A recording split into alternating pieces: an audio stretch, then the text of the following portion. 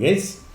Като погледнете в Google, намерете централата, сградата, вижте, отпред централно, нали, надписа Фундация Бил Мелинда Гейтс.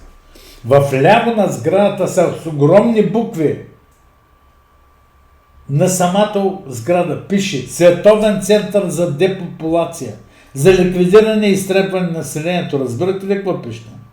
И тая мръсна сган тук продължава все по-нагло, искала избори да ходите, да ги избирате.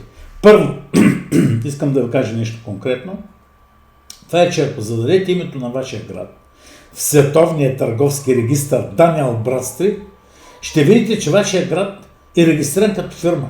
За какви фалшиви, лъжливи избори ви говорят, че ще ходите да гласувате за общински съвет такива, няма такива неща, разбирате ли?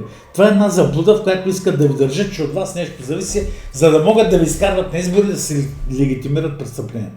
Реално, всеки един населен пункт е обявен като в Даниел Брадстрит, като фирма. Като фирма. И този, дето твърди, че е кмет, не е нищо друго, освен управител на тази фирма, която е чужда собствена. Защото България е регистрирана като корпорация в Съединените американски щати под името Bulgarian Land Co. Ltd. И нейн управител е чужд гражданин, чужда националност, който притежава актовете за раждане. И истинските, оригиналните актове за раждане на цяла България са в ръцете на тази персона и той търгува с вас, с душите ви, с телата ви, с децата ви, с процента от ресурса на земята, който ви се полага като суверенни и независими божествени същества, той търгува с тях и притежава, докато ви дори не знаете, че имате огромни богатства и живеете в бедност и в страдание. За какви избори ви говорят, когато те са незаконни, когато държавата е регистрирана като корпорация, когато всички населени пунктове са регистрирани като фирми? За какви избори говори тая мръсна престъпна сган, на която всички компании, които влизат в момента, всички партии в парламента, са абсолютно незаконни, нелегитимни, правно нищожни и реално не съществуват.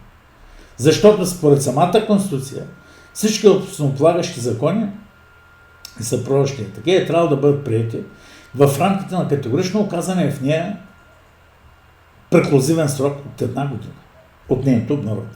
Те са приети години след това, което ги прави незаконни. Ма в Конституцията не пише, може да ги приемем по-късно. Не, няма такава възможност. Свършено. Партиите им са незаконни, парламентите им са незаконни, президенти и президентски администрации, министерски съвет и премиер-министри, всички са незаконни. А съд, полиция, прокуратура, министерства, погледнете ги. Те са регистрирани в Даниел Брадстрит като частни организации. Няма държава, разбирате. Ако имаше, щяхме да я прочистим за много време и да въведем ред. Само единствено тези 84%, които не гласувахте и по този начин не станахте съучастници на тази престъпна банда, терористи и убийци на българския народ, унищожители на България, само ви, които не легитимирахте тяхната престъпна дейност, имате право светкавично да създадете Комитет за национално спасение, правителство на националното единство, както искате така го наречете, без тях на улиците и площадите на държавата, да поемете съдбините, ресурсите и властта в България, да въведем ред. И в рамките само на няколко месеца аз ви гарантирам, че само след няколко месеца България ще бъде една цветуща градина на цялата банда, престъпници ще бачка и ще възражда това, което разруши от края.